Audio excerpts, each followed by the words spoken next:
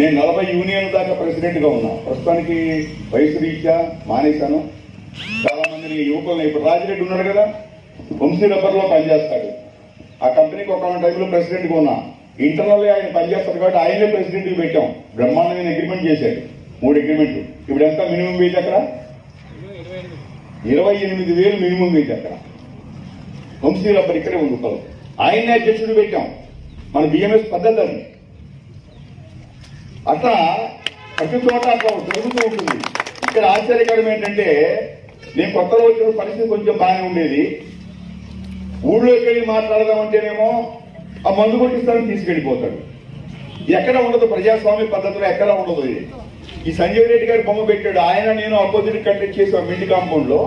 ఆయన కార్యకర్తలు నా గేట్ మీటింగ్ వింటారు, మా కార్యకర్తలు ఆయన గేట్ మీటింగ్ వింటారు.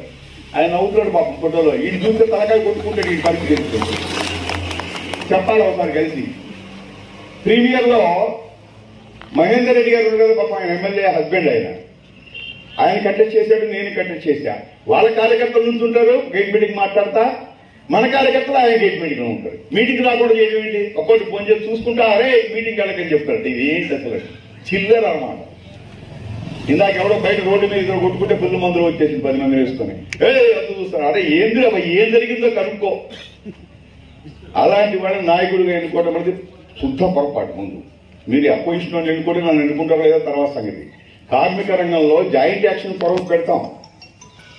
ఇప్పుడు ప్రీమియర్లో అగ్రిమెంట్ చేసినప్పుడు నేను 5 అగ్రిమెంట్ చేశా. 2 అగ్రిమెంట్లు INTC state general secretary Prakash Goud ఎవరైతే ఉన్నారో ఆయన పక్కన కూర్చోబెట్టుకుని ఇద్దరం కలిసి చేశాం. ఎందుకంటే మనం బలం కావాలి, మేనేజ్మెంట్ ఎదుర్కోవాలంటే.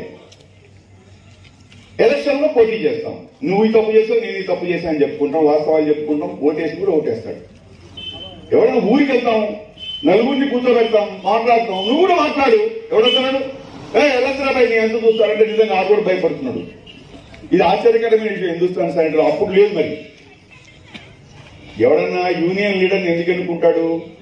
మేనేజ్మెంట్ కనుక ఏమైనా అకృత్యాలు చేస్తే, దుర్మార్గం చేస్తే, ఉద్యోగ రక్షణ లేకపోతే రక్షించడానికని ఒక యూనియన్ పెట్టుకుంటాం, దాని లీడర్ని ఎన్నుకుంటాం. ఆయన చూసి మనం భయపడడం ఎందుకు? నువ్వు ఓటేస్తేనే లీడర్ అయ్యిండాడు. అయితే లేకపోతే గేట్ దగ్గర కూడా రానివ్వదు. అది సోమాని మేనేజ్మెంట్. అది జనపద్ రోడ్ లో ఉంటాడు సోమాని, ఇక్కడక్కడ ఉంటాడు ప్రైమ్ మినిస్టర్ రూట్ లో. నీకు భయపడుతుందా? సూపర్వైజర్ని క్లర్క్ని మా పిల్లవాడిని తిట్టిండి అనుకో, అబ్బా భలే తిట్టిండి మా ప్రెసిడెంట్ అనుకుంటాడు. ఆడిపై ఆ పైన కాళ్ళు పట్టుకుంటాడు చివరి. ఇది ఇట్లా చాలా రోజులు చూసే చాలా మంది లీడర్ని ఇంత చిల్లరగా ఇక్కడే జరుగుతుంది, ఎక్కడ జరగదు. మీరు గమనించాలి, ప్రజాస్వామ్యం లేదు. గేట్ మీటింగ్ పెట్టుకుంటే గేట్ మీటింగ్ ఎవరంటారా ఎవరైనా ఇంటికి వెళ్ళండి. అరే వినాలి కదా అపోజిషన్ వాడిది. నీ చెప్పేది విని రేపు ఖండించు. ఎవడొస్తున్నాడు? నేను పారిపోయిన అగ్రిమెంట్ చేయను. ఓకే చెప్పు, గణపతి ఎక్కడ చెప్పు. కానీ నువ్వు చేసింది ఏంటని చెప్పాలి. అది కూడా చెప్పుకోవాలిగా. అవకాశం ఇవ్వాలి వాళ్ళకి. ప్రజాస్వామ్యం ఇది. అట్లా లేకుండా చేయబట్టే మన ఈటల రాజేందర్ గెలిచింది. ఈటల రాజేందర్ హుజూరాబాద్ లో ఆడవాళ్ళకి మగవాళ్ళకి ఎలాంటి బుద్ధులకి ఎలాంటి చైతన్యం వచ్చిందో హిందుస్థాన్ శానిటరీలో కూడా అలాంటి చైతన్యం రావాలని నేను కోరుకుంటున్నాను. ప్రజాస్వామ్యం ఉండాలి కార్మిక రంగంలో. మీరు అగ్రిమెంట్ చేసిన బాగా రొల్లి చేశారు. అరే రెండు నువ్వు కూడా రా, అగ్రిమెంట్ రా. అందరు సంతకాలు పెట్టారు విట్నెస్. బాలకృష్ణారెడ్డి ఏమన్నాడు? బాబా 2 రోజులు ఆయన పెడదాం సార్ గేట్ మీటింగ్ అన్నాడు. పెద్ద మనిషి లేదు, ఆయన కూడా పిలిపించాను నేను. మాకు బాలకృష్ణారెడ్డి రావాలని అడిగారు. ఓకే ఆయన కూడా పిలవండి. జేసీఎల్ దగ్గర స్పెషల్ పర్మిషన్ తీసుకున్నాను కమిషనర్ దగ్గర.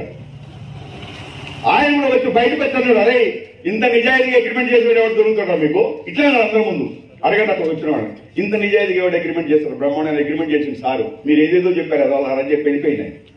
నేను వస్తాను సార్ అంటే 4 రోజులు ఆయన గేట్ మీటింగ్ పెట్టా, గేట్ మీటింగ్ గొడవ బ్రహ్మాండమైన అగ్రిమెంట్. బయటకు వచ్చి ఇప్పుడేమంటాడు? ఆయన చేయాలి, లోకల్ చేశారు. లోకల్ చేశారు. అరే నేను ప్రెసిడెంట్ని, జనరల్ సెక్రటరీ ఒకడు ఉన్నాడు, మీరు సంతకాలు పెట్టాలి కదా. మీటింగ్ అరేంజ్ చేసి నేనే ఒక 5 రోజులు హాస్పిటల్లో ఉన్నా అంతే. దానికి పెద్ద నేను ఎక్స్ప్లెనేషన్ ఇచ్చుకోవట్లా. అంటే ప్రజాస్వామ్యం అనేటువంటిది ఈ కంపెనీలో కొట్టుకున్నట్టుంది. ఆయన గెలిపించి ఆయన చూసి భయపెట్టడం ఏంటి? నాకు అర్థం అవ్వాలా. యూనియన్ లీడర్ అందరూ 4 క్వశ్చన్లు వేయాలి. నువ్వు ఓటేసి నువ్వు లీడర్ చేసి నువ్వే భయపడతావా? ఇదంతా దారుణం. ఇది జరగకూడదు. నేను కోరుకునేది అది ఒక్కటే, ఈ మార్పు రావాలి. అందుకనే నేను ఓపిక చేసుకుని మరీ కంటెస్ట్ చేయడానికి వచ్చాను ఇక్కడ. ఇక దీని విషయానికి వద్దాం, కంపెనీ విషయానికి వద్దాం. బోనస్. ఇదే విశ్వకర్మ జయంతి రోజు ఇక్కడ గేట్ మీటింగ్ పెట్టాం. నేను మాట్లాడిన గేట్ మీటింగ్ లో క్లియర్ కట్ గా చెప్పిన, మీ అందరికి అర్థమయ్యేటట్టు చెప్పిన, ఎవడైనా గుర్తింపులో ఉన్నవాడు, పవర్ లో ఉన్నవాడు ఎలక్షన్స్ కోసం వెళ్ళడు, కానీ వెళ్తున్నాడు. బోనస్ నెగోసియేషన్ ముందు అసలు ఎవరు ఎలక్షన్స్ కోసం వెళ్ళరు. బోనస్ నెగోసియేషన్ ఉన్నాక వెళ్ళిపోతున్నాడు కాబట్టి బోనస్ లో మీకు ఏదో చొప్పం పెడతాడు అని చెప్పి ఆ రోజు ఆ చొప్పనే 8.33 4 నెలలకి 8.33 16 నెలలకి 20% అట. నేను ఆ ప్రకాష్ గౌడ్ ఐఎన్టీసీ నాయకుడు ఉన్నాడు కదా, ఆయన స్టేట్ జనరల్ సెక్రటరీ, అందరికీ పెద్ద గురువు సంజీవ్ రెడ్డి గారి శిష్యుడు. ఆయనకి దీపావళి శుభాకాంక్షలు చెబుదామని మాట్లాడుతూ చెప్పిన, అరే మీ కూడా ఒకటి ఉన్నాడు బై చాంద్ ఖాన్ అన్నప్పుడు 4 నెలలకి 8.33, మిగతాది 20% ఇచ్చిండ్రా భయ్ అంటే పెద్దగా నవ్విండు. అమ్మని అమ్మ అది ఏమైనా బయట తెలిస్తే మనకి ఇబ్బంది అయితే ఇండియాలో ఎక్కడ జరగదే అయితే అన్నాడు. మీ కూడా చేసిండ్రా భయ్, ఇది మీ కూడా చేసిండు. మీరు ఐఎన్టీసీ బొమ్మ పెట్టుకున్నాడు, సంజయ్ రెడ్డి బొమ్మ కూడా పెట్టుకుంటుంది తెలియదేమో అని చెప్పిన. పెద్దగా నవ్వి, అన్న ఇదంతా కాంగ్రెస్ అన్న కల్చర్, పెద్ద గొడవ తలకాయ నొప్పి, ఎవరి దుకాణం వాడిదే, అయ్యా ఆయన పట్టుకోవాలంటే పెద్ద కష్టమవుతుంది అన్నాడు. చెప్పాలనుకున్నా చెప్తారే అన్నాడు. అరే ఇది ఎంత ప్రమాదకరమైన ఏ లీడర్ చెప్పినా నవ్వుతున్నాడు. బోనస్ అనేది ఎంత క్యాలిక్యులేషన్ చేస్తాడు? బోనస్ అంటే ఏంటి? డిఫర్డ్ వేజ్ అంటారు. అంటే మార్చి ఏప్రిల్లో బోర్డు మీటింగ్ జరుగుతాయి ప్రతి కంపెనీది. తరుణ్కి బాగా తెలుసు, కంపెనీని హ్యాండిల్ చేస్తున్నాడు. 2 బోర్డు మీటింగ్ మార్చి ఏప్రిల్లో జరుగుతుంది. జరిగి కమిటీ నిర్ణయిస్తుంది. ఆ బోర్డు మెంబర్లు అందరూ పార్ట్నర్స్ ఉంటారు, అందులో నిర్ణయిస్తారు. ఈ సంవత్సరం ఖర్చు ఎంత, సేల్స్ ఎంత అయినాయి, అమ్మకాలు ఎంత పోయినాయి, అందులో లాభం మిగిలింది ఎంత, ఇన్కమ్ ట్యాక్స్ ఎంత కట్టాలి, మన టోటల్ అసెట్స్ ఎన్ని, ఆస్తులు ఎన్ని, దీంట్లో మన నికర లాభం ఎంత. ఆ నికర లాభంలో సెట్ ఆఫ్ పీరియడ్ చట్టంలో ఉంది. దాని ప్రకారం ఇంత అమౌంట్ బోనస్ గా కార్మికులకు ఇవ్వాలి అని నిర్ణయిస్తారు. ఇంత అమౌంట్ ఇవ్వాలి అని నిర్ణయిస్తారు. Set of period. అంతేగాని 4 నెలల్లో కంపెనీ నడిచిందా, 6 నెలలు నడిచిందా, సంవత్సరం నడిచిందా కాదు. ఇప్పుడు ఆర్టీసీకి బోనస్ డిక్లేర్ చేస్తాడు రేపు అనుకో. కరోనా వచ్చింది కాబట్టి బస్సులు తిరగలేదు, 8.33, మిగతాది 10% అని అంటాడా కేసీఆర్? ఇజ్జత్ పోతుంది. అది చట్టం అనేటువంటిది ఏంటంటే మొత్తం సంవత్సరం మీద వచ్చినటువంటి లాభాలలో సెట్ ఆఫ్ పీరియడ్ వేసి కంపెనీకి ఇంత ఇవ్వాలి, ఈ కార్మికులకి ఇంత ఇవ్వాలి. నేను ఎన్టీఆర్లో నేను మీటింగ్ కోసం వెళ్తే పాపం కూర్చున్నాడు, కార్మికులు లేక అడిగాడు. మీకు ఏమైనా క్వశ్చన్ అనుమానాలు ఉంటే అడగండి పోయాను. సార్ ఇది కంపెనీ నడవలేదు కాబట్టి సగమే నడిచిందట, అందుకని కిందట సార్ అన్నాడు. అంటే మందు కొట్టినప్పుడు చెప్పిండా, మందు కొట్టకుండా చెప్పిండా అని అడిగినా. ఎప్పుడు మందులోనే ఉంటాడుగా, ఫిగర్ లేదు సార్ అన్నాడు. అన్నప్పుడు 41 రోజులు స్ట్రైక్ చేశాం సమ్మె కాలంలో. మీరే ధైర్యంగా సమ్మె చేశారు మీ జీతాల కోసమని. పీరియడ్ తగ్గించాం. అప్పుడే ఆ బోనస్ కట్ చేశాడా? దాని నెక్స్ట్ గెలిచింది వీరేగా, లింగం వాళ్ళే కదా జనరల్ సెక్రటరీ. 20% ఇవ్వలా? మీ రికార్డులు మీరు తీసుకుని ఉన్నారు కదా మీరే. అంటే ఈ కొత్త పద్ధతి అన్నమాట. కార్మిక రంగంలో సెట్ ఆఫ్ థియరీ లేకుండా 3 నెలలకు 8.33, 4 నెలలకు 8.3, 16 నెలలకు బోనస్, లేకపోతే 10 నెలలకి ఇంత బోనస్, 10 నెలలకి 2 నెలలకి ఇంత బోనస్ అని ఎక్కడ ఉండదు. సంజీవ్ రెడ్డి గారికి చెప్పిన వరకు ఆ మాట ఆయన బ్యానర్ నుంచి కిందకి దిగి ఆ గోడకైతే సహకారం కొట్టుకుంటాడు. బొమ్మ పెట్టుకున్నాడు, పెద్ద కార్మిక నాయకుడు ఆయన. అంటే రూల్ లేదు, ఏం లేదు, మేనేజ్మెంట్ ఏదో అడుగుంటాడు. ఇది పద్ధతి బాగుంది, ఆ 24 లక్షల్లో 10 లక్షలు తీసుకుంటాడు అంతే. మేనేజ్మెంట్కి ఏముంది? మేనేజ్మెంట్ అకౌంట్ లో కొంత గబ్బెత్తే చాలు, పైన చెప్పుకుంటారు వాళ్ళు మిగిల్చాం పోయి. ఈ లీడర్ మంచోడు పోయి ఆయన పలానా సెక్షన్ నుంచి పలానా తీసేవి ఆయన లీడర్ చెప్తే చేస్తారు. కాదు ఇది. అంటే ఒక కార్మిక రంగంలో మనం ఎంతో కష్టపడి 1920లో ప్రాణాలు అర్పించి, నేను 40 ఏళ్ల బట్టి ట్రేడ్ యూనియన్ రంగంలో ఉన్నా, ఎంతో మంది ఉద్యోగాలు పోగొట్టుకొని ప్రాణాలు అర్పించి, నేను కూడా సస్పెండ్ అయినా చాలాసార్లు. ఇట్లా ప్రాణాలు అర్పించి చట్టాలు తెచ్చుకున్నాం మనం. ఆ లాభాలు పొందడానికి తెచ్చుకునే చట్టాలని కాలదొక్కి ఈ విధంగా కొత్తగా అగ్రిమెంట్ చేసుకుంటూ బోనస్ గురించి చట్టాలు చేస్తే రేపు కార్మికులు ఏమనుకుంటారు? బయట ఉన్న కంపెనీ కార్మికులు. ఒక కార్మిక నాయకుడిగా, అందరూ పరిచయం ఉన్న వ్యక్తిగా ఇది అన్యాయం జరగడానికి వీలేదు అనే సందర్భంగానే మీ దగ్గరికి వచ్చా. మీరు ఓటు వేసి గెలిపించాల్సిన బాధ్యత మీదే. తర్వాత తీసుకువెళ్ళా ఇంత అన్యాయం జరగకూడదు. బహిరంగంగా మీ జబ్బులు 4,000 తీసుకున్నాడు, మళ్ళీ మీకే 1000 రూపాయలు ఖర్చు పెట్టారు 2,000. ఇది ఎక్కడ ఉండదు, ఎక్కడ ఉందని చెప్పండి. ఎవరన్నా ఎక్కడన్నా ఉందని ప్రూవ్ చేయండి, ఇప్పుడే బ్యానర్ విత్డ్రా చేసుకుంటా నేను. ఎక్కడ జరగదు అసలు. మీ పర్సన్ మేనేజర్ అడగండి, ఆయన తెలుస్తుంది రూల్ కనీసం ఎందుకు ఇచ్చిన ఇక్కడ రూల్లో లేదు కదా అని. మనం ఎందుకు అడగట్లేదు లేబర్ డిపార్ట్మెంట్కి వెళ్ళంటే, ఎవరైతే యూనియన్ గెలుస్తారో వాళ్ళొక్కసారి అగ్రిమెంట్ కూర్చున్న తర్వాత వేరే యూనియన్ ప్రజాస్వామ్యంలో అడగడానికి హక్కు ఉండదు. వ్యక్తిగత హక్కుల కోసం వెళ్ళొచ్చు, కానీ కామన్ హక్కుల కోసం అడగడానికి వీలుండదు. అందుకని కామ్ అయిపోయినాం మనం. ఇలాంటి హక్కుల ఉల్లంఘన అనేటువంటిది జరుగుతుంది. నేనేం చెప్తా, ఒక ఎగ్జాంపుల్ ఇస్తున్నా. బోనస్ విషయంలో ఏం జరిగింది అనేటువంటిది బహిరంగమైనటువంటి అన్యాయం. ఉద్యోగ రక్షణ. ఇప్పుడు తరుణ్జీ చెప్పాడు 854 మంది ఉండేవాడు మన దగ్గర. లింగం గారు చెప్పాడు ఇప్పుడు 614, 630 వచ్చింది. వీళ్ళందరూ ఏమైపోయారు? అప్పుడు పూల్ బ్యాచ్ లో ఉన్నటువంటి 150 మందిని రెగ్యులరైజ్ చేయించడం, పర్మనెంట్ చేయించడం. అగ్రిమెంట్ లో ప్రతి అగ్రిమెంట్ లో కాంట్రాక్ట్ లేబర్ ఎవరైతే క్యాజువల్ లేబర్ ఉన్నారో వాళ్ళకి పర్మనెంట్ చేయించడం. ఆ సంఖ్య 300 దాకా పోయి 754 దాకా పోయింది. అది కలకాలు ఆడుతుంది గేటు బయటకు వస్తూ ఉంటే. వీళ్ళందరూ ఉద్యోగాలు పోగొట్టుకుంటున్నారు. ఉద్యోగాలు పోగొట్టుకున్నారని చిన్న చిన్న కారణాలతో ఈ 2 ఏళ్లలో చిన్న చిన్న కారణాలు. ఏదో 20 రోజులు లీవ్లో పోయిండు, 10 రోజులు లీవ్లో పోయిండు. అరే సంవత్సరంలో ఎవరైనా 6 నెలలు మానేసిండు అనుకోబోయి ఛార్జ్ షీట్ ఇస్తావు, ఉద్యోగం తీసేస్తావు. ఓకే, అన్ని కంపెనీలు జరుగుతుంది. కానీ 2 స్పెల్స్ 3 స్పెల్స్ 20 రోజులకి 15 రోజులకి తీయడం ఉండదు. నేను 3 ఏళ్ళు ఉన్నా ఇక్కడ, 2.5 సంవత్సరాలు, 2 సంవత్సరాలు 9 నెలలు ఉన్నా టెక్నీషియన్. ఒక్కడికైనా ఉద్యోగం పోయిందా? 854 మందిలో చూపించమని చెప్పండి. 7 ఉన్నట్టు 7 రిజైన్ చేశారు ఉద్దానంగా. అంతే 2.5 సంవత్సరాలలో. అప్పుడే రూల్ పెట్టించిన ఛార్జ్ షీట్ ఇవ్వాలి, లేకుండా నువ్వు తీసేయడానికి వీల్లేదు ఎక్కడ అని. ఉద్యోగాలు ఎందుకు పోతున్నాయి అంటే, ఉద్యోగాలు పోతే ఆ ఉద్యోగాలు పోయి నాకు బాగానే ఉంది కదా అంటాడు ఇంకోడు. ఇంకొక ఆయన ఏమంటాడు, మేము క్యాన్వాసింగ్కి వెళ్తే నరేందర్ రెడ్డి రాసిచ్చి అందుకనే పోయింది అంటున్నాడు. అయ్యా మరీ అన్యాయం. నరేందర్ రెడ్డి అన్న అగ్రిమెంట్ రాస్తారా? ఎవడన్నా ఉద్యోగాలు పోగొట్టమని వేరే ట్రేడ్ యూనియన్ నాయకుడు.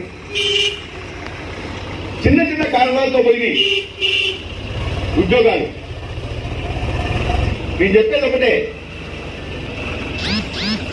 మీకు ఎగ్జాంపుల్ చెప్తా. ఎవరైనా జేబు దొంగతనం చేశారనుకో ఉరిశిక్ష వేస్తారా? వేయరు కదా. జేబు దొంగతనాన్ని ఉరిశిక్ష వేయరు. జేబు దొంగతనానికి దానికి పనిష్మెంట్ సపరేట్ ఉంటుంది. అట్లే అనాథరైజ్డ్ గా పర్మిషన్ లేకుండా ఎవరైనా లీవ్ లెవెల్ చేస్తే ఫస్ట్ సారి మెమో ఇస్తాడు. సెకండ్ డోస్ లో ఫైనల్ వార్నింగ్ ఇస్తాడు. థర్డ్ గా ఒక ఎంక్వైరీ పెడతాడు. మరి ఇంకోసారి కూడా చేస్తే కనుక అప్పుడు ఛార్జ్ షీట్ ఇచ్చి ఎంక్వైరీ పెట్టేసి ఛార్జెస్ ప్రూవ్ చేస్తాడు. ఇది ప్రాసెస్. ఆ శేఖర్ గౌడ్ ఒకటి ముందర రాబట్టి మనం కోర్టుకి వెళ్ళినాం. దాని తర్వాత కోర్టు అబ్జర్వ్ కూడా చేసింది. ఏం చెప్పిందంటే, చాలా పొరపాటు ఇట్లా అందరూ చేయడం అనేటువంటిది. ఒకసారి నాయన నరసింహారెడ్డి గారి పీరియడ్ ఆయన పర్సనల్ కలిసి చెప్పిన పాపం ఎస్ఎంఎస్ వాడు కూడా వచ్చారు ఆ రోజులలో. అరే చూడు సార్ ఏదో ఒకటి మిలిపిస్తో దొంగమన్న వాడికి ఉద్యోగాలు తీసేస్తున్నారు, 9 మందిని 10 మందిని పెట్టించింది ఆ రోజుల్లో. ఉద్యోగం తీసేస్తే యూనియన్ వాళ్ళు పోరాడాలి దానికోసం. కార్మికులను నచ్చ చెప్పాలి, ఏ విధంగా పోయి ఉద్యోగాలు అనేటువంటి సంజాయించాలి, పోరాటానికి మార్గాతకాలి. మేనేజ్మెంట్ ఎందుకు యూనియన్ దగ్గర యూనియన్ అనుమతి లేకుండా అంత ఈజీగా తీసేస్తా 150 మందిని? లోపాయకారి ఒప్పందం లేకుండా తీసేస్తుందా? చిన్న చిన్న కారణాలతో ఉద్యోగాలు తీసేస్తుందా? ఇది పోరాటం చేయకుండా యూనియన్ వదిలిపెట్టేట. ఆయన ఏమంటాడంటే, ఒక ఊళ్ళో అన్నాడట, నేను రోజు ఇక్కడ అవైలబిలిటీ ఉంటుంది, పక్కనే ఉంటా. ఆయన ఎక్కడ దూరంగా ఉంటాడు, ఖమ్మం కాదు, నేను హైదరాబాద్ లో ఈసీఎల్ క్లాస్ రోడ్లోనే ఉంటా. నాకు ఆయనకి మహా అయితే 30 నిమిషాలు ఫరక్ ఉంటుంది జర్నీలో. నేను అప్పుడు రికగ్నేషన్ లో ఉన్నప్పుడు వారానికి ఒక్కసారి వచ్చేవాడిని, అది గ్యారంటీ. ఈయనకి మాది రోజు పొద్దుగాల సాయంత్రం కూర్చోవాలా. కానీ నువ్వు రోజు వచ్చినావు, నీ 2 ఏళ్ల పీరియడ్ లో వారానికి 6 ఉద్యోగాలు పోయి. నేను వారానికి ఒక్కసారి వచ్చినా వారానికి 6 ఉద్యోగాలు పెట్టించిన. రోజు వచ్చి నువ్వు చేసిందంటే 6 రోజులకు వచ్చి నేను చేసింది. అంటే 150 ఉద్యోగాలు 2 ఏళ్లలో నువ్వు పీకిస్తే, నేను 2 సంవత్సరాలు 9 నెలల్లో 275 మందిని పెట్టించిన, పర్మనెంట్ చేయించిన. మరి ఇది కావాలా అది కావాలా?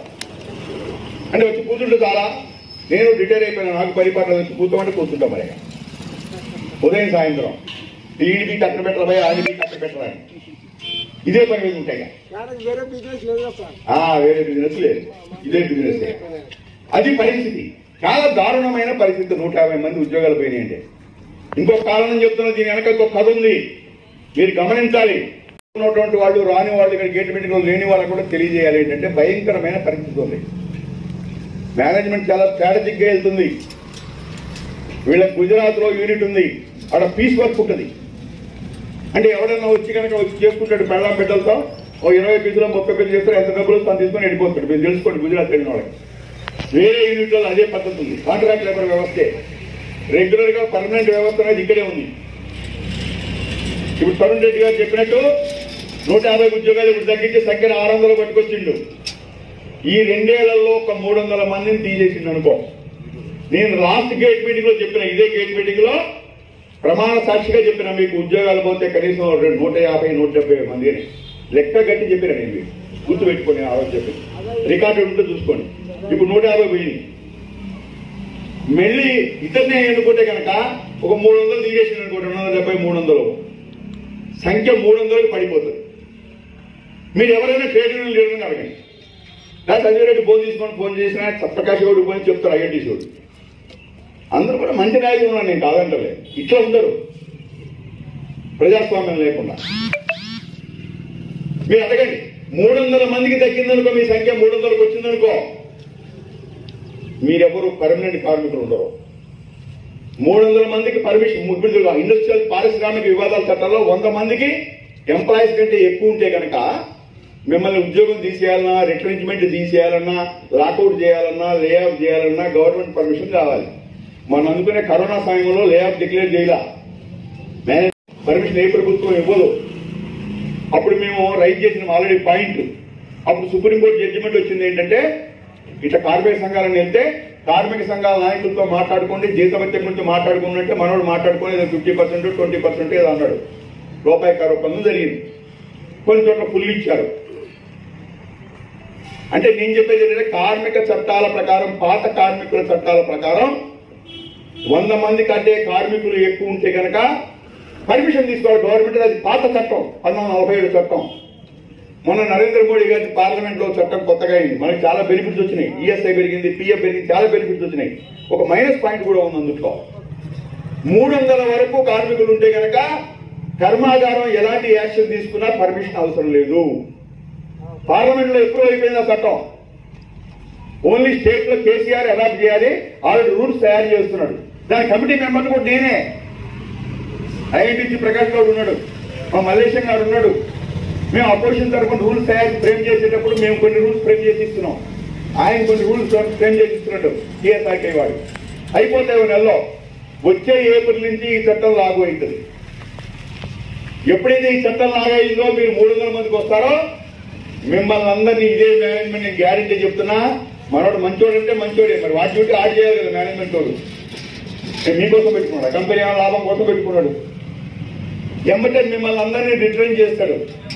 రిటర్న్ చేసినప్పుడు ఎంత డబ్బులు ఇవ్వాలి అంటే, మీ సంవత్సరానికి 15 రోజులు జీతం ఇవ్వాలి. నువ్వు 10 ఏళ్ళు సర్వీస్ చేసినావు అనుకో 150 రోజులు జీతం ఇస్తాడు. 20 ఏళ్ళు చేసినావు అనుకో 10 ఏళ్ళు 300 రోజులు జీతం ఇస్తాడు. జీతం ఇచ్చేసి వెళ్ళిపోమంటాడు. నువ్వు కోర్టుకి వెళ్ళేది లేదు, పోరాటం చేసేది. పోరాటం చేస్తే మన సోదరులు, పోలీసు సోదరులు వచ్చి అన్ని పంపిస్తారు. ఎందుకంటే చట్టం లేదు అక్కడ. చట్టం హక్కు ఉంది ఆయన. ఇది 300 సంఖ్య వచ్చిందంటే డేంజరు. ఇది 300 సంఖ్య రావడానికి ఏజెంట్ గా కాంతికాన్ని పనిచేస్తారు గ్యారెంటీగా. సమస్య లేదని మనం చెప్తాం. అదే తరుణ్ రెడ్డి గారు చెప్పింది. ఇవి మొహాటం లేదు ఇక్కడ. ఆయనకేముంది, యూనియన్ ఉంటే ఉంటుంది, పోతే పోతుంది, డబ్బులు వస్తాయి.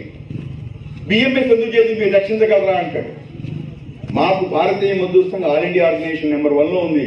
దీని పక్కనే మనకు 5 కంపెనీల్లో ప్రెసిడెంట్. అందులో ప్రీమియర్ లో నేనే ప్రెసిడెంట్ ఉన్నాను. మనదా శేషా ఇస్పాత్ వంశీలపూర్ పక్కనే ఉంది. ఇటు పక్కన మిర్యాల దూరకంఠ రంగారెడ్డి గారు ఓడించి 5 కంపెనీలు ఉన్నాయి.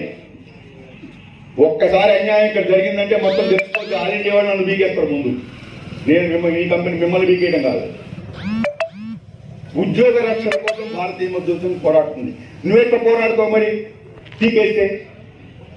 దానికి ఒకటే ఆన్సర్, మీ ఓటే నా ఆయుధం. మీకు అన్యాయం జరిగితే చిన్న చిన్న కారణాల వల్ల కనుక బయట ఆఫ్ చేసి మిమ్మల్ని టెర్మినేట్ చేస్తే క్వశ్చన్ చేసే అధికారం నాకు ఉంటుంది. అప్పుడు రికగ్నిషన్ యూనియన్ గా 150 మందిని తీసినప్పుడు ఒక చిన్న కాగితం ముక్క కూడా రాయాలా ఈ ప్రెసిడెంట్? చిన్న కాగితం ముక్క రాయాలా, చిన్న డిస్ప్యూట్ రాయాలా? మీరు పోరాటం చేయలేదు పూల్ బ్యాచ్ పెట్టినప్పుడు పూల్ బ్యాచ్ అనేది చట్టంలో లేదు అని కంప్లైంట్ ఇస్తే లేబర్ డిపార్ట్మెంట్ వాడు 6 నెలలు లేట్ చేస్తే నేను అడిగిన లేబర్ డిపార్ట్మెంట్ కమిషనర్ని, అప్పుడు సోమరాజు ఉండేవాడు, నీ మీద కంప్లైంట్ ఇస్తా, హైకోర్టుకి వెళ్తా, జాగ్రత్త, నువ్వు యాక్షన్ తీసుకుంటావా లేదా అన్నప్పుడు అప్పుడు మూర్తి వచ్చి ఏమైనా నువ్వు ఈసారి చాలా గొడవ చేస్తున్నాడు, అందరూ రెగ్యులర్ చేయమన్నాడు. చిన్న కాగితంతో పని అయిపోయింది, మీరందరూ పర్మనెంట్ అయిపోయారు. బిఎంఎస్ గెలిస్తే కనుక, బిఎంఎస్ అనేది ఒక వ్యక్తి కాదు, చెన్నకేశ్వరరావు అనేటువంటి ఒక వ్యక్తి కాదు, ఒక సంస్థ. నేను ఇంకో మాట చెప్తున్నా, బిఎంఎస్ అనేటువంటిది కాశ్మీర్ నుంచి కన్యాకుమారి దాకా ఉంది. బిఎంఎస్ కార్యకర్తలు ఏదైతే నువ్వు దాదాగిరి చేస్తే పట్టడానికి ఏదో ఊరు మధ్యలో ఉంది కాబట్టి ఊరుకుంటున్నాం, పోనీలే అని. బిఎంఎస్ కార్యకర్తలు దురుసు తీశారంటే పోలీసులు గుర్రాల మీద వస్తారు. హైదరాబాద్ లో కూడా చాలా క్రమశిక్షణ గల కార్యకర్తలు ఉన్నాం. బాడీలో ముళ్ళు గుచ్చుకుంటే కనుక, కాళ్ళలో ముళ్ళు గుచ్చుకుంటే నోరు అమ్మ అంటది, కళ్ళమ్మని నీళ్లు వస్తాయి, చేయిపోయి ఆ ముళ్ళు తీస్తుంది. బాడీలో చిన్న ముళ్ళు గుచ్చుకుంటే కాలికి నోరు స్పందిస్తుంది, నోరు అనుకోదు. నేను చెప్పినట్టు పోవద్దని అయినా పోయినవరా పై నువ్వు, నీ కాలుకి ముళ్ళు నన్నేం చేయమంటావు అంటదా? అంతో కళ్ళు నేను చెప్పిన పై చూపించిన ఆ రూట్లో ముళ్ళు ఉన్నాయని వెళ్ళినావు, నీకు బుద్ధి లేదు, ముళ్ళు గుచ్చుకుంటే లేని కళ్ళు ఉంటాయా? కన్నీళ్లు వస్తాయి. చెయ్యి నేను చూపించినాడు పోవద్దని నేను పోయిన కానీ నేను గుచ్చుకుంది నన్నేం చేయమంటావు, చెయ్యి ఊరుకుంటుందా? ఇన్ని స్పందిస్తాయి బాడీలో. మీకు అన్యాయం జరిగితే భారతీయ మజ్దూర్ సంఘ్ కాశ్మీర్ నుంచి కన్యాకుమారి వరకు ఉన్నటువంటి కార్యకర్తలు స్పందిస్తారు.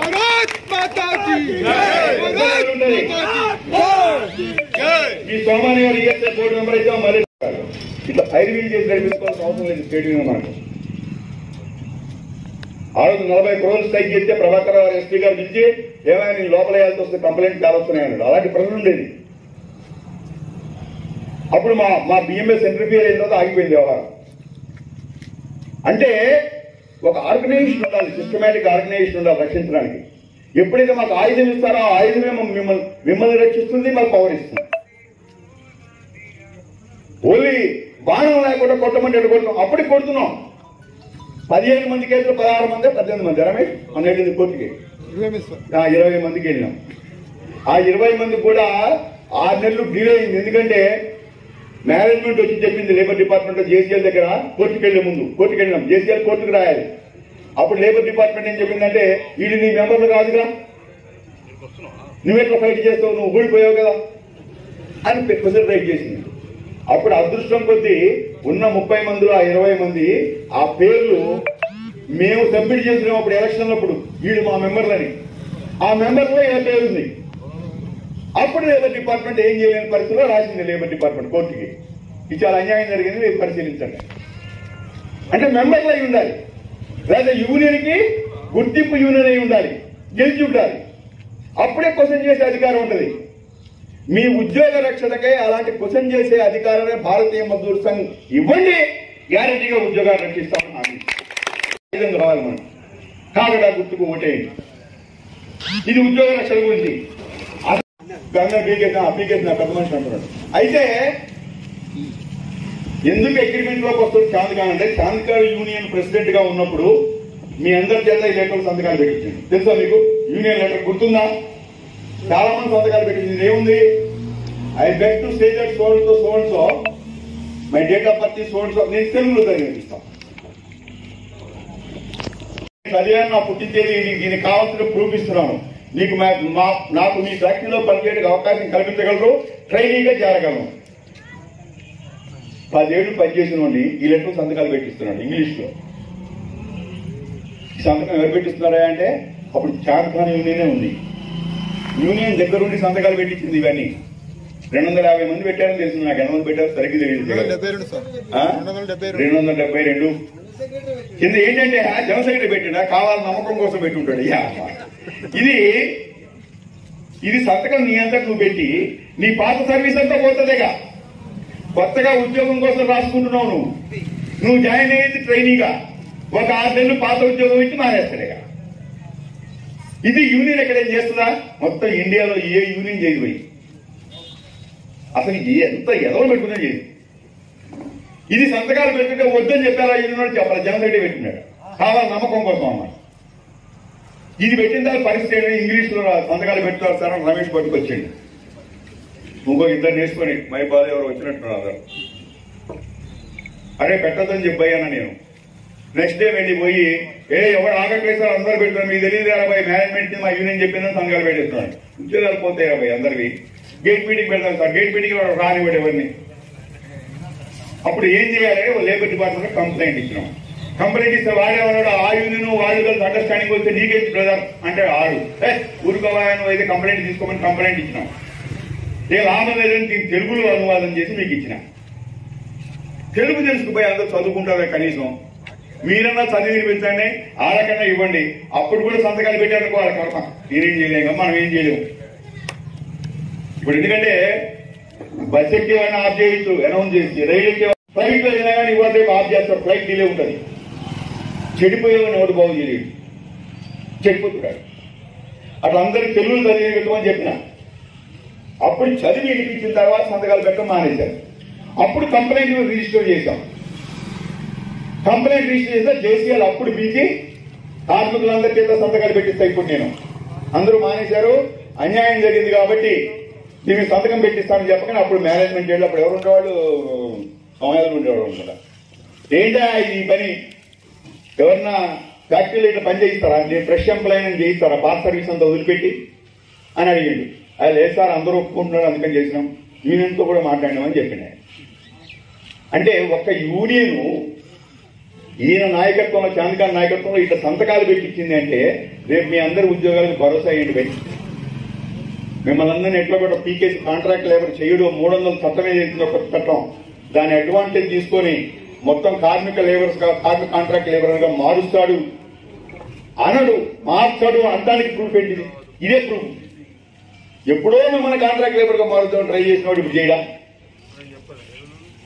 ఎంత అన్యాయం ఇది. అంటే ఒక వ్యక్తికి పవర్స్ ఇచ్చి మిస్యూజ్ చేయడానికని మరి నువ్వు మిస్యూజ్ చేయొద్దు అంటే ఎడ చేయకుండా ఉంటాడు. చాలా భయంకరమైనటువంటి 7,000 నుంచి 10,000 చేస్తానని చెప్తున్నాడు ఊళ్ళో. బ్రాహ్మణపల్లిలో ఒక కార్మికుడు అన్నాడు 7,000 నుంచి 10,000 చేస్తున్నాడంటే అసలు కార్మికులే ఉండరు. ఇంకా నువ్వు అగ్రిమెంట్ చేసేది ఇక్కడ. ఇప్పుడు 200 మందిలో కనీసం 150 మందిని పీకేసింది అనుకో. కాంట్రాక్ట్ లేబర్ గా జాయిన్ అయితే ఒక్కొక్క మందికి 6,000 చొప్పున 7 లక్షల చొప్పున సంవత్సరానికి 12 ఏళ్ళు 84 లక్షలు. 4 ఏళ్ళకి 4 32 3.5 కోట్లు అవుతుంది. దాంతో 7,000 అగ్రిమెంట్ ఏంటి? 12,000 అగ్రిమెంట్ కాదు 15,000 అగ్రిమెంట్ చేయొచ్చు మిగిలిన కార్మికుల కోసం. ఇప్పుడు గ్లాస్ ఫ్యాక్టరీలో 8 మంది ఉన్నారు పర్మనెంట్ ఎంప్లాయీస్. 18 మంది అయ్యారు. ఇప్పుడు 700 మంది కాంట్రాక్ట్ లేబరే. ఆ 18 మందికి అగ్రిమెంట్ చేయమంటే నేను 20,000 అగ్రిమెంట్ చేస్తా కావాలని. మీ పరిస్థితి కూడా అదే. నేను చెప్పిన కదా 10,000 అగ్రిమెంట్ చేయండి. అంతే మిగిలింది కార్మికులు ఎంతమంది ఉంటారు? 10-15 మంది ఉంటారు. ఇది గ్యారంటీగా జరగబోయేది. నేను బోనస్ గురించి వార్నింగ్ ఇచ్చినా జరిగింది. 150 మంది పీకేస్తాడని చెప్పినా జరిగింది. ఇప్పుడు 200 మంది మినిమం పీకేస్తాడని చెప్తున్నా గ్యారెంటీ జరుగుతుంది. ఎందుకంటే ఎప్పుడైతే దీన్ని దందా కింద తీసుకుంటావో ఒక కార్మిక చట్టాల ప్రకారం పాటించకుండా ఎప్పుడైతే నువ్వు మేనేజ్మెంట్ తో మిలాఖత్ అవుతావో మేనేజ్మెంట్ ఉత్తగం ఇవ్వదు. మీ సోమాలి మేనేజ్మెంట్ మరీ అంత క్రూరమైన మేనేజ్మెంటే కాదు. బయట జీతాలు బాగానే ఇస్తుంది వేరే కంపెనీస్లలో. నువ్వు డబ్బులు అడిగితే నీ జేబులో నుంచి 100 కట్ చేసి 10 ఎక్కడ ఉంది 90 తీసుకుంటుంది. కాబట్టి ఇలాంటి పరిస్థితులు దాపరించినాయి. ఇట్లా ఇది ఇన్నాళ్ళు బట్టి గెలిపించడం ఏదో చేసినా ఏదో అయిపోయింది. No problem. కానీ ఇప్పుడు మాత్రం చాలా కీలకమైంది. ఈ కొత్త చట్టం ప్రకారం ఉద్యోగ రక్షణ అనేది మీకు కంపల్సరీ కావాలి. లేకపోతే జాయిన్ అవుతారు పర్వాలేదు. పై మనం వెంకటేష్ అంటుండే వెంకటేష్ లోపల కూడా అందరి ముందు అయింది గొడవ. మీరు పూల్ బ్యాగ్ పెట్టించిన పూల్ బ్యాగ్ పర్మనెంట్ చేయించుకుంటారు మా సార్ అంటే దానివల్ల ఏమైంది భయ్ కాంట్రాక్టర్ లాభం అయింది అంటాడు. కాంట్రాక్టర్ లాభం అవడం ఇవ్వకుండా ఉన్న కాంట్రాక్ట్ పోతుంది. ఇది ఇట్లా ఎలాంటి వాళ్ళు కూడా ఉన్నారు. వాళ్ళని నచ్చజెప్పవలసిన పరిస్థితి ఉంది. నచ్చ చెప్పండి. ఎందుకంటే ఇంకా చాలా సమస్యలు ఉన్నాయి. మమ్మల్ని ఎక్కువ మాట్లాడితే కనుక నేను గంటన్నర బోనస్ అగ్రిమెంట్ గురించి మాట్లాడినాం అనుకో, నీకు ఇంకొక చాలా అన్యాయం జరిగింది. యువకులు తెలుసుకోవాలి, ముందు సర్వీస్ ఎక్కువ ఉన్న వాళ్ళు తెలుసుకోవాలి. ఏంటంటే షాన్కార్ అగ్రిమెంట్ లో మేము స్ట్రైక్ చేసి సమ్మె చేసినప్పుడు 15 నెలలు తగ్గించినాం పీరియడ్. మీ ఫస్ట్ ఫైల్ ఉంటుంది, కిలల్లో వాళ్ళకి తెలుస్తుంది ఎవరైనా. ఎఫిషియెంట్ బోనస్ ఉంటుంది కదా, ఎఫిషియన్సీ బోనస్ దేని మీద ఆధారపడి ఉంటుంది? అది మీ ఎఫిషియన్సీ పర్సంటేజ్ బట్టి ఆధారపడి లెక్కలేస్తున్నాడు. ఫస్ట్ ఎఫిషియన్సీ ఫస్ట్ ఫైల్ లో 9% ఉండే, 68 మేము ఉన్నప్పుడు. 68% అంటే ఏంటంటే 68 నుంచి రెండు యూనిట్లు కొట్టాలని రాత్రి 1 గంట మీటింగ్ అయింది 2 పెంచడానికి. అరే 2 పెంచిపోయి అన్నాడు సోమాని, జేకే సోమాని ఉండేవాడు కదా. 5 పెంచంటే 5 పెంచాను, 2 పెంచుతారా అని ఆఖరి ఒప్పుకోవడం జరిగింది. రెండింటికి కూడా చాలా ఇబ్బంది పడ్డాను నేను. చాంద్కాన్ అగ్రిమెంట్ లో 70 నుంచి 81 పట్టుకొచ్చాడు ఒకే అగ్రిమెంట్ లో. 10 యూనిట్లు పెంచాడు. 11 యూనిట్లు పెంచాడు. ఫస్ట్ ఫైల్ 11 పెంచాడు అంటే అసలు అగ్రిమెంట్ ఉండగా ఎవరి అగ్రిమెంట్ చేసినా ఎఫిషియన్సీ బోనస్ కష్టమవుతుంది. 81% అంటే ఏంటంటే 10 యూనిట్లు పెంచడం వల్ల నువ్వు ఎప్పుడైనా మౌల్డింగ్ లో పీచ్ చేసినావు అనుకో, కాస్టింగ్ అయిపోయింది, నీ కిలోలో వేస్తావు కదా, వేసిన తర్వాత 100 పీసులలో 81 పీసులు బయటికి రావాలి, నీట్ గా రావాలి, క్వాలిటీకి. చింత క్రాక్ ఉండకూడదు, మైనస్ ఉండకూడదు, హీట్ ఎక్కువ అబ్జర్వ్ చేసుకోవాలి.